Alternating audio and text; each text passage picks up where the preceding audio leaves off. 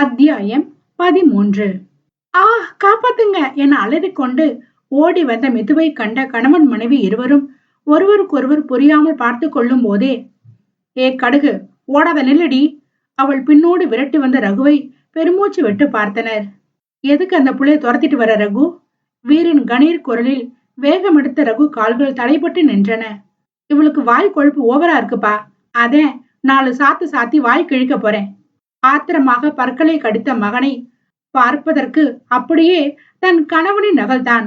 ஆனால் பாவம், அவனுக்கு வாய்த்த மனைவி மது போல் அல்லாமல் அடங்காத மிது அல்லவா வந்துவிட்டாள் என்று நினைக்கையிலேயே தன்னை மீறி சிரிப்பு வந்துவிட்டது மதுவிற்கு. மா, நானே இங்க ஆத்திரத்துல இருக்கேன், நீ எதுக்கு இப்ப கிறுக்கிக்கிட்டு நிக்கிற? தந்தையிடம் இருந்து தாயிடம் சீர கப்பென வாய் மூடிக்கொண்டாள் அவள். டேய், இப்ப எதுக்கு என் பொண்டாட்டிக்கிட்ட காயிற? அவளை எப்பவாவது அத்தி பூத்தது போல சிரிப்பா, அது உனக்கு பொறுக்காதா?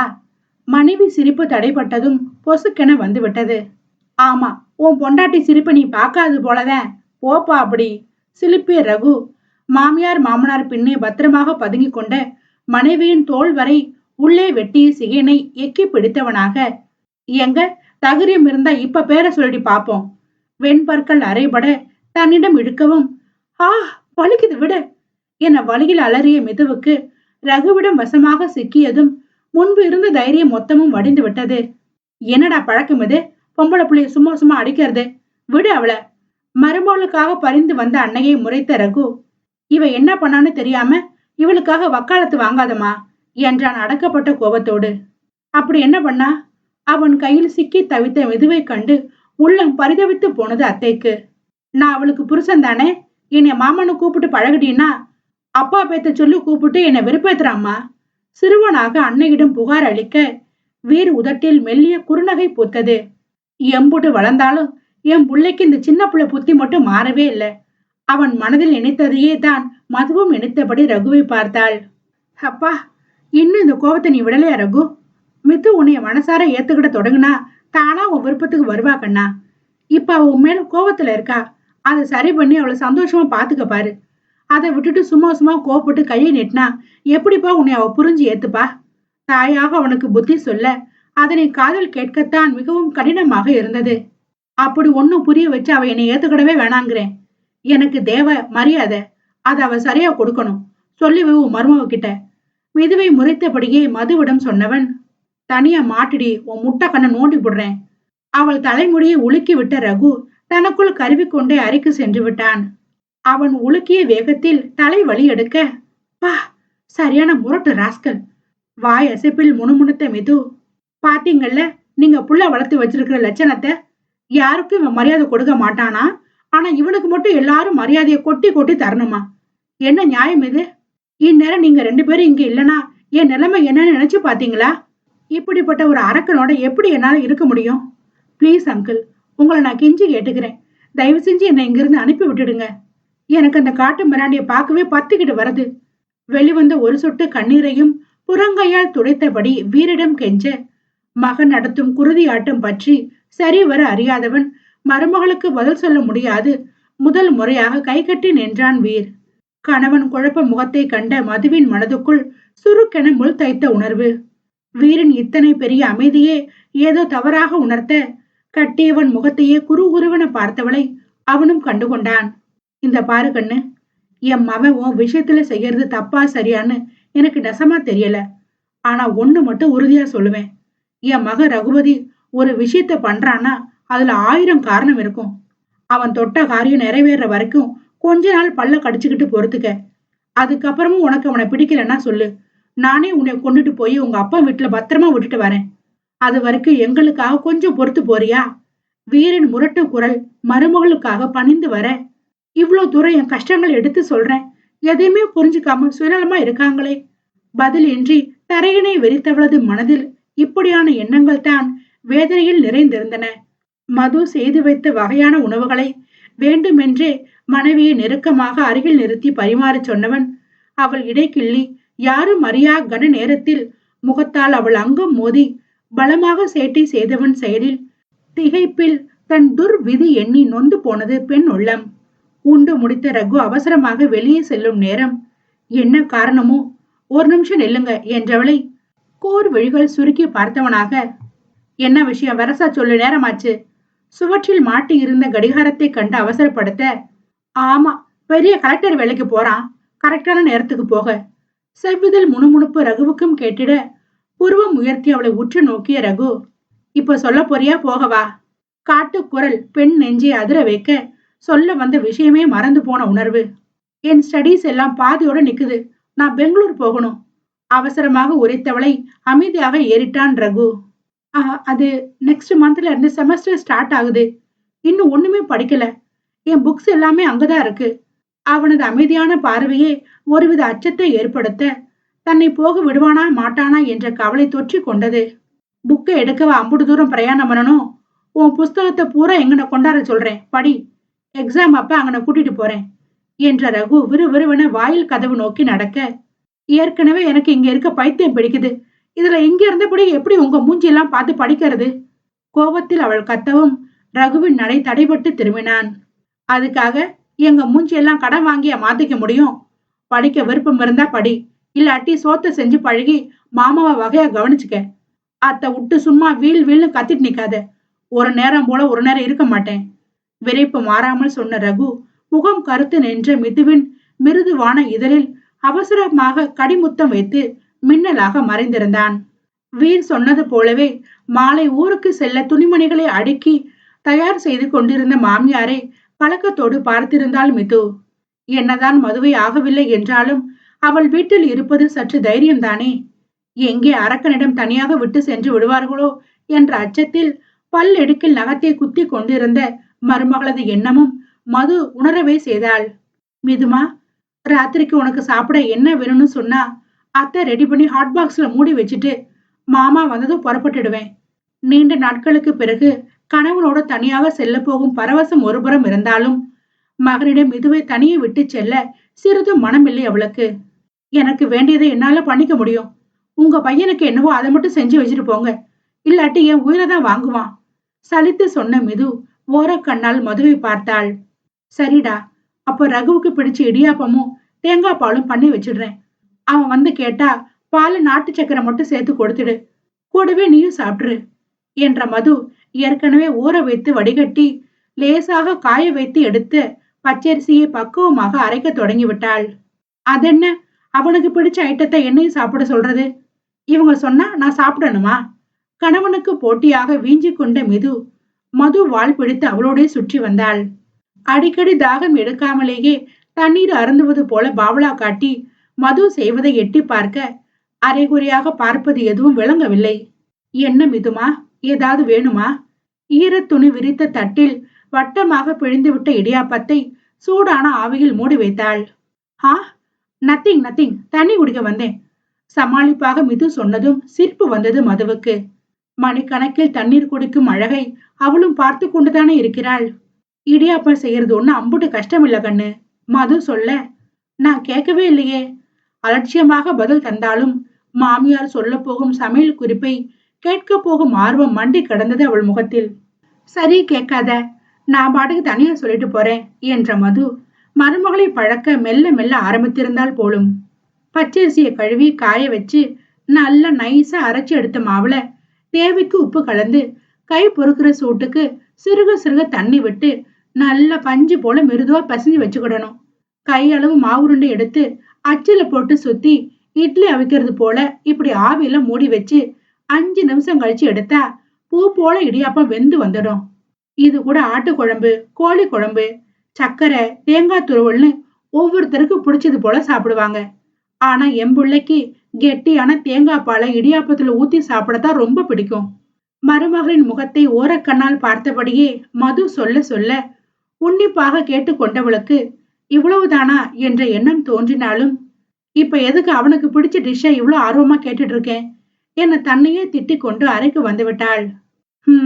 இந்த அளவுக்கு மருமக என் பிள்ளைக்கு பிடிச்ச விஷயத்துல ஆர்வம் காட்டுறானா, கூடிய சீக்கிரத்துல அவனை இவளுக்கு பிடிச்சிடும் தானே. அறுபட அப்பனே, நீதான்ப்பா இவங்க 2 பேர்த்து மனசையும் மாத்தி சந்தோஷமா வாழ வழி பண்ணணும். மிது போனதும் குதூகலமாக துள்ளி கடவுளிடம் அவசர வேண்டுதல் வைத்தவளாக, மாமா சொன்னது போல பேசாம இவங்களை தனிமையில விட்டு போறதுதான் சரி, அப்பதான் ஒருத்தரை ஒருத்தர் ஓரளவுக்கு அது புரிஞ்சுக்க முடியும். ஆனா மிது ஏதாவது பேச போய் ரகு கோவத்துல அவளை கைய நீட்டிப்புட்டா என்ன பண்றது? மகனை நினைத்துதான் கவலையாக இருந்தது மதுவுக்கு. மாலை விளக்கு வைத்த நேரம் வீட்டிற்கு வந்த வீரே குளித்து முடித்து தயாராகி விட்டான். ஆனால் இடியாப்ப மாமியை மட்டும் கண்ணுல காணல. மது, எம்புட்டு நேரண்டி நிக்க? இன்னுமா கிளம்பிட்டு இருக்கவ? வெள்ளை வேஷ்டி, சந்தன சட்டை, தோளில் துண்டு என வெள்ளி முடி மினுமினுக்க தோரணியாக இருந்தவன் கத்திய கத்தில் மது வந்தாலோ இல்லையோ மிது உள்ளிருந்து ஓடி வந்து விட்டாள். இதோ மாமா வந்துட்டேன். வான் நீல நிறத்தில் குங்கும நிற பார்டர் வைத்த பருத்தி புடவையில் 20 வயது குறைந்தது போல உச்சி குங்குமம் ஜொலிக்க அம்சமாக வெளிவந்த மனைவியை உள்ளுக்குள் அடைந்த பரவசத்தோடு தலை சாய்த்து பச்சையாக சைட்டடித்தான் வீர். நமக்குதான் இம்புட்டு சீக்கிரத்துல வயசாகி பிடிச்சோ? இடையில் ஒரு கை வைத்து மறு கையால் தாடி நீவி யோசனையில் இருந்தவனை மிது குரல் நினைவுக்கு கொண்டு வந்தது. காலையில நீங்க 2 பேரும் பேசினதை வச்சே புரிஞ்சுக்கிட்டேன். என்னையும் உங்க பிள்ளையையும் தனியா விட்டு போக ஏதோ பிளான் பண்றீங்கன்னு. நீங்க எப்படி பிளான் பண்ணாலும் என் மனசு மாற போறது இல்ல அங்கிள். இதுக்கு மேலே என்ன தனியா அந்த அரக்கங்கிட்ட விட்டுட்டு போகணும்னா போங்க. ஆனா ஏதாவது அசம்பாவிதம் நடந்தா அதுக்கு உங்க பையன்தான் பொறுப்பு. அழுத்தம் திருத்தமாக சொன்னவளை மது கலக்கமாக பார்க்க வீர் மெல்லிய புன்னகை வீசினான். பரவாயில்ல கண்ணு, படிச்ச புள்ளையில அத கப்புன்னு புரிஞ்சுக்கிட்ட. 2 நாளுதான், பத்திரமா எங்க பிள்ளைய பாத்துக்க. அசம்பாவிதம் ஆகுற அளவுக்கு ரகு ஒன்னும் பண்ண மாட்டான்.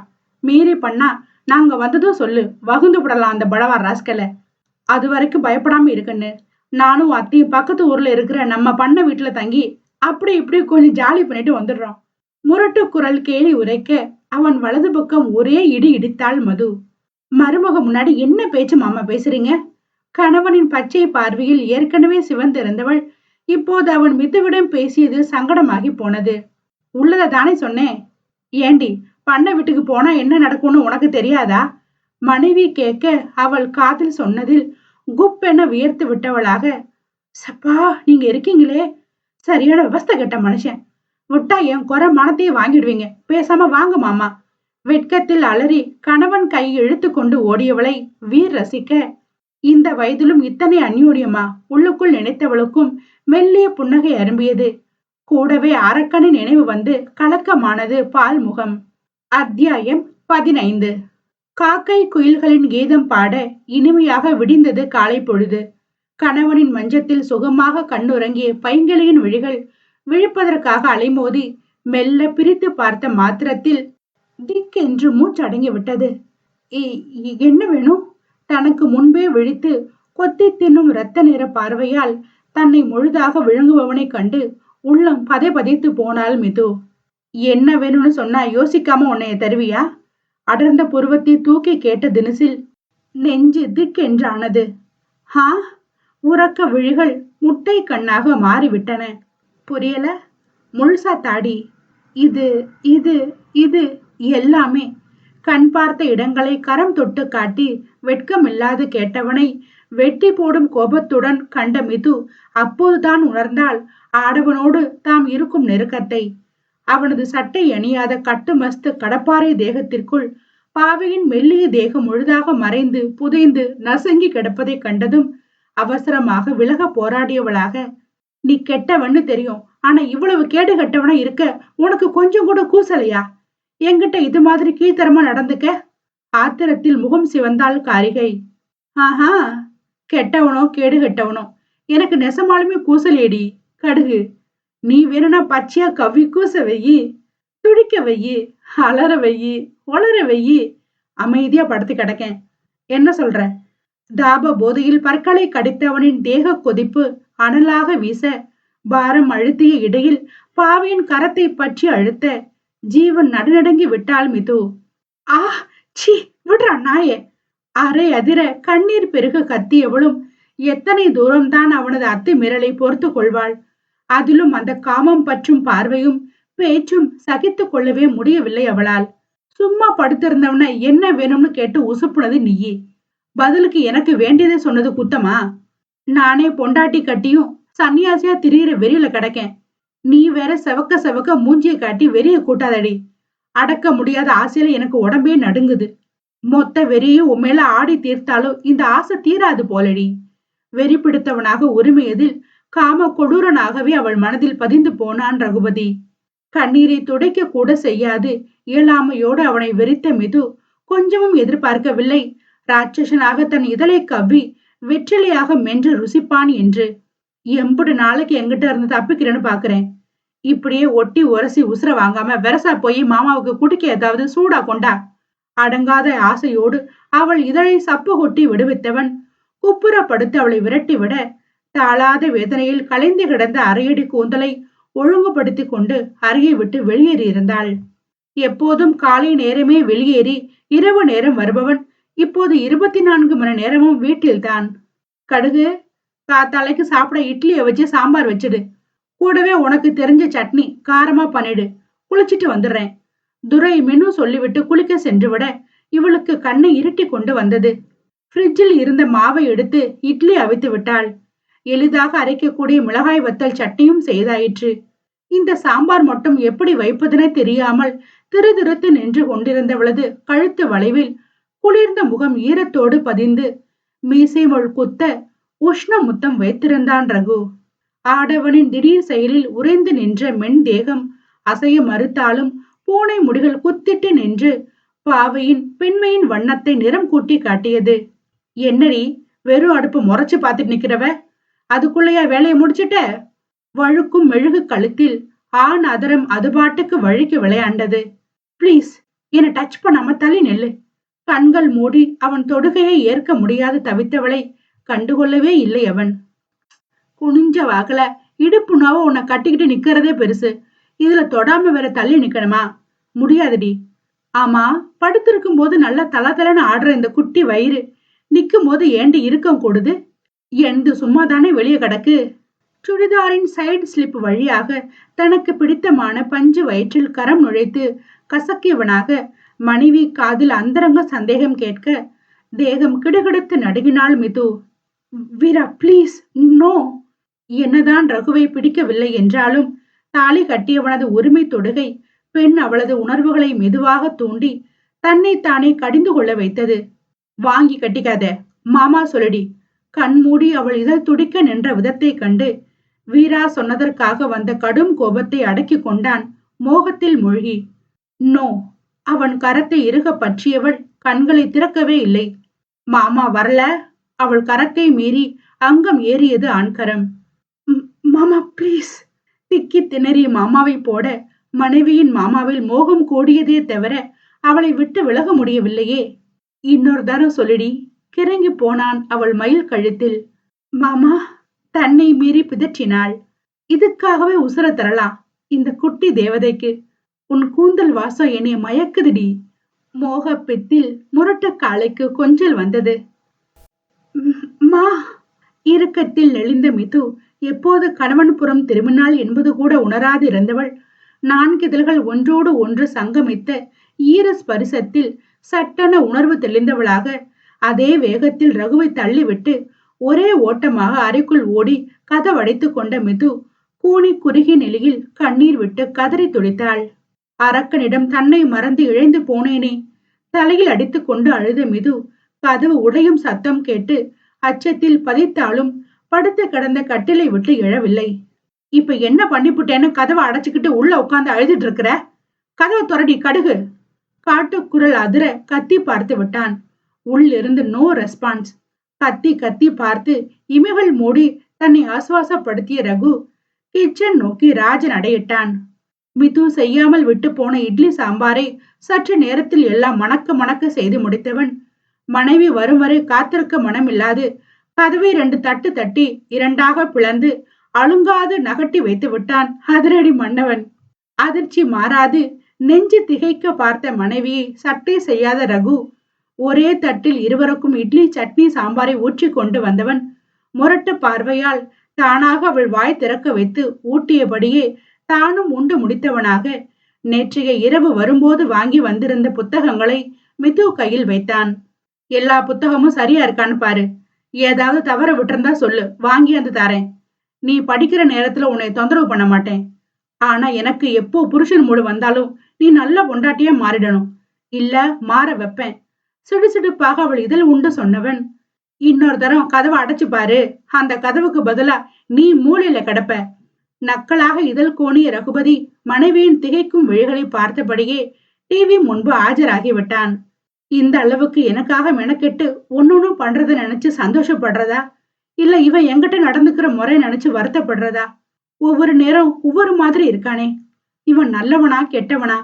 மிதுவே தனியாக பிதற்றி குழம்பும் நிலைக்கு ஆளாகி விட்டான் கள்ளன். ஒவ்வொரு நாளும் புதிது புதிதாக திகைக்க வைத்து வதைத்து எடுக்கிறான் பூவான பெண்ணை. காட்டானிடமிருந்து தப்பிச் செல்லவும் வழி இல்லாத நிலையில் கண்ணீர் விட்டு மனதை திடப்படுத்திக் கொள்கிறாள் ரகுவை வெறுத்தவளாக. 2 நாட்கள் என ஊர் பயணம் சென்ற வீரும் மதுவும் 1 வாரம் கடந்த பின்னும் வீட்டு பக்கம் தலை வைக்கவில்லை. அந்த 1 வார காலமும் இந்த முரட்டு பேசி வீட்டை விட்டு எங்கேயும் செல்லாமல் மெதுவையே ஒட்டி கொண்டு திரிந்ததுதான் பெரிய அக்கப்போராகிய விஷயம். சொன்னது போலவே அவள் படிக்கும் நேரம் மட்டும் தொந்தரவு செய்யவில்லை ரகு. படிக்கும் போது தண்ணீர், சிற்றுண்டி, உணவு, டீ, காஃபி என்ன வேண்டுமோ மிரட்டி கேட்டு மிது அமர்ந்திருக்கும் இடத்திற்கே கொண்டு வந்து விடுவான். சரி, படித்துக்கொண்டே இருந்தால் தன்னை தொல்லை செய்ய மாட்டான் என்ற நப்பாசையில் எந்நேரமும் புத்தகத்தை திறந்து வைத்து படிப்பது போலவே பாவ்லா செய்ய கடுவான் கண்டுபிடிக்காமல் இருப்பானா? கொத்தாக பொட்டலம் கட்டி விடுவான் தன் மடி மீது. பழி வாங்க அழைத்து வந்த பெண்ணை வேலை வாங்கி கொடுமைப்படுத்தாது அந்தரங்க முத்தங்கள் வைத்தே அலற வைத்தான் ரகு. இன்னும் மேட்டை கடந்து பதநீர் பள்ளத்தை அடையவில்லையே என்பது அவன் கவலை. எப்போது காட்டான் தன்னை எடுத்துக் கொள்ளுமோ என்பது மிதுவின் வேதனையான மனநிலை.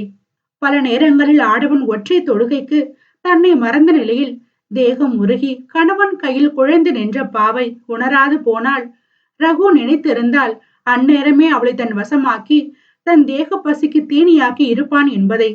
ஒரே நேரத்தில் ஆர்ப்பரிக்கும் மோக அலையிலும் சிக்கினாள். அவன் அக்கறை இன்னும் இன்ப வெள்ளத்திலும் சிக்கினாள். இரண்டில் எது அவன் உண்மை குணம் என புரியாமல் நாளும் தவித்த மிதுவுக்கு நாட்கள் ஓடியதே தெரியவில்லை. 10ஆம் நாள் ஊருக்கு போன மது வீர் மட்டுமில்லாது நிலாவும் குழந்தைகளும் கூட வந்திருக்க வீடே கலகலப்பாகத்தான் இருந்தது. ஆனால் மிது மனம் தவித்து போனதே. இத்தனை நாளும் மனைவியே கதி என கிடந்த ரகு அடுத்த 2 நாட்களாக எங்கே போனானோ? தன்னையும் அறியாது மன்னவனை எதிர்பார்த்து அலைமோதிய சோர்ந்த மனதோடு முகப்பொழிவு மங்கி போனது மஞ்சள் மைனாவுக்கு.